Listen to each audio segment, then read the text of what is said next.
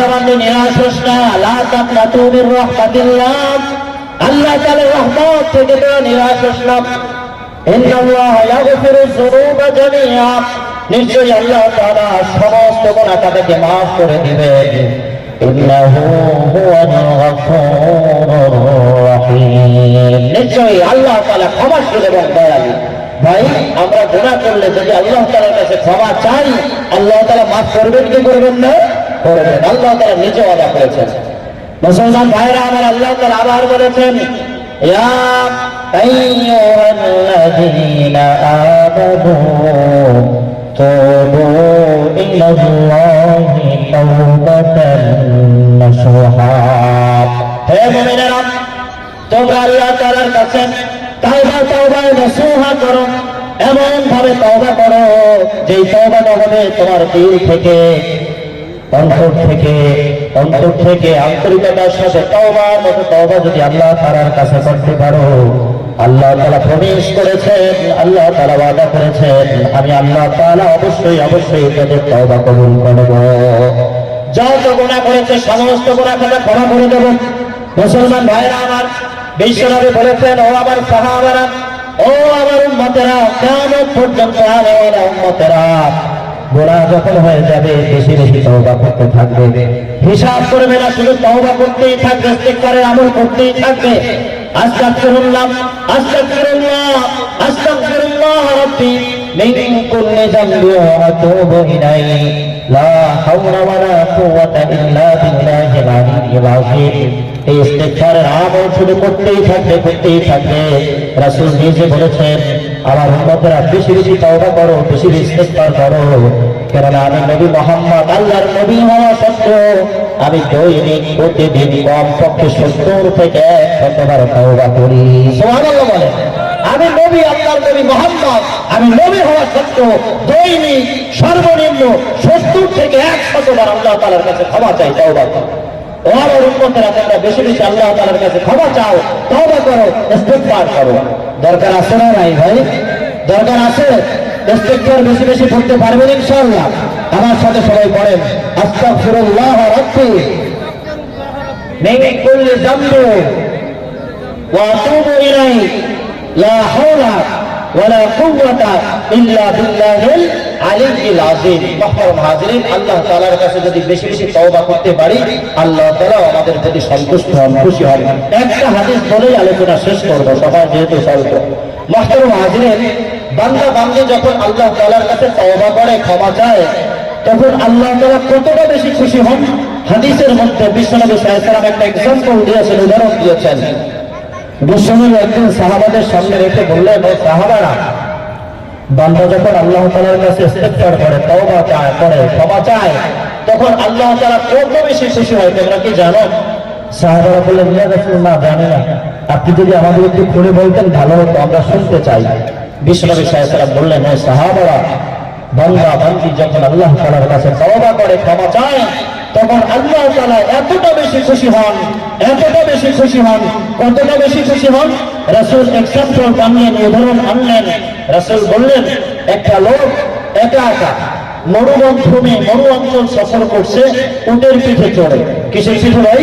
উটের পিঠে। ওই সময় তো আর প্লেন ছিল না, ওই সময় তো আর বিশাল জাহাজ ছিল না, ওই সময় তো আর বাইক ছিল না, এত সুন্দর সুন্দর রাস্তাঘাট, মহাসড়ক ছিল না। মরু অঞ্চল ওই দেশে, আরব দেশে মরুর জাহাজ হচ্ছে উট। লোকটা উটের পিঠে চড়ে একা সফর শুরু করেছে। গন্তব্য মোটামুটি অনেক দূর, সাথে তার খাবার পানীয় যা দরকার এগুলোও আছে উটের পিঠে।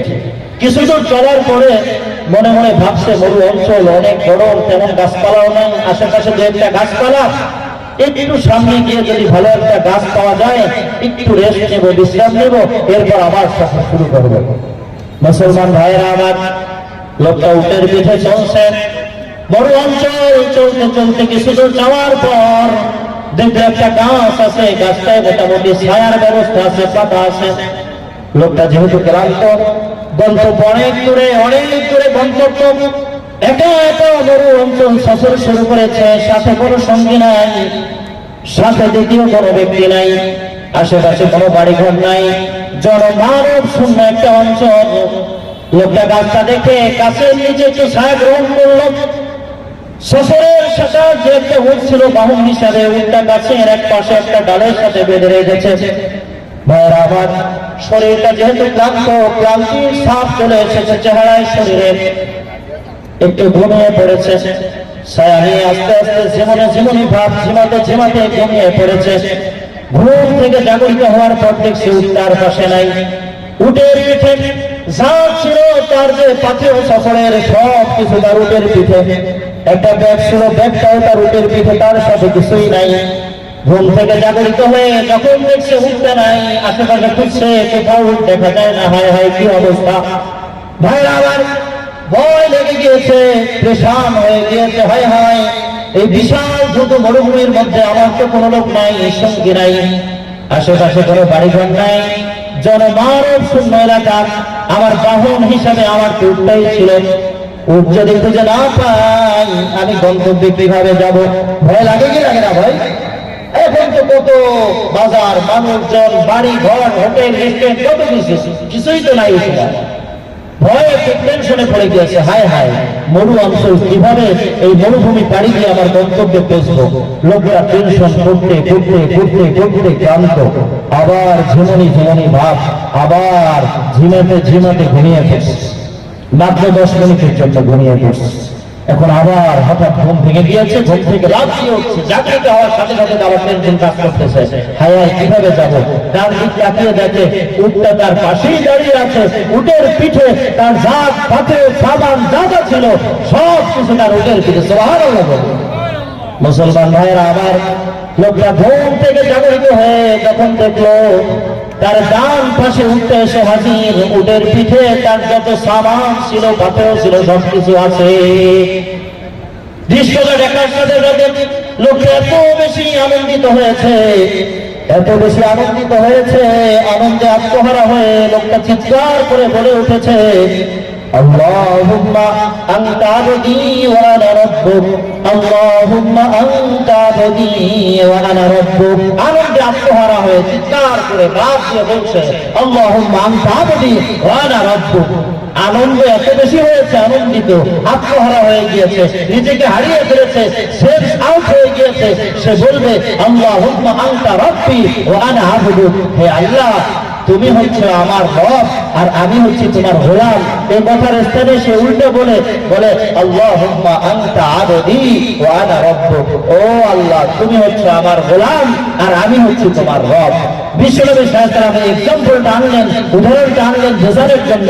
রাসূল বললেন, এই বান্দা হারিয়ে যাওয়া উটটা ফিরে পাওয়ার পরে যতটা বেশি আনন্দিত হয়েছে তার তুলনায় আল্লাহ তাআলা অনেক বেশি আনন্দিত হন বান্দা যখন খাঁটি দিনে ইখলাসের সাথে চোখের পানি ছেড়ে দিয়ে রব্বে কারীমের কাছে দোয়া করে, তওবা করে, ইস্তিগফার করে। সুবহানাল্লাহ।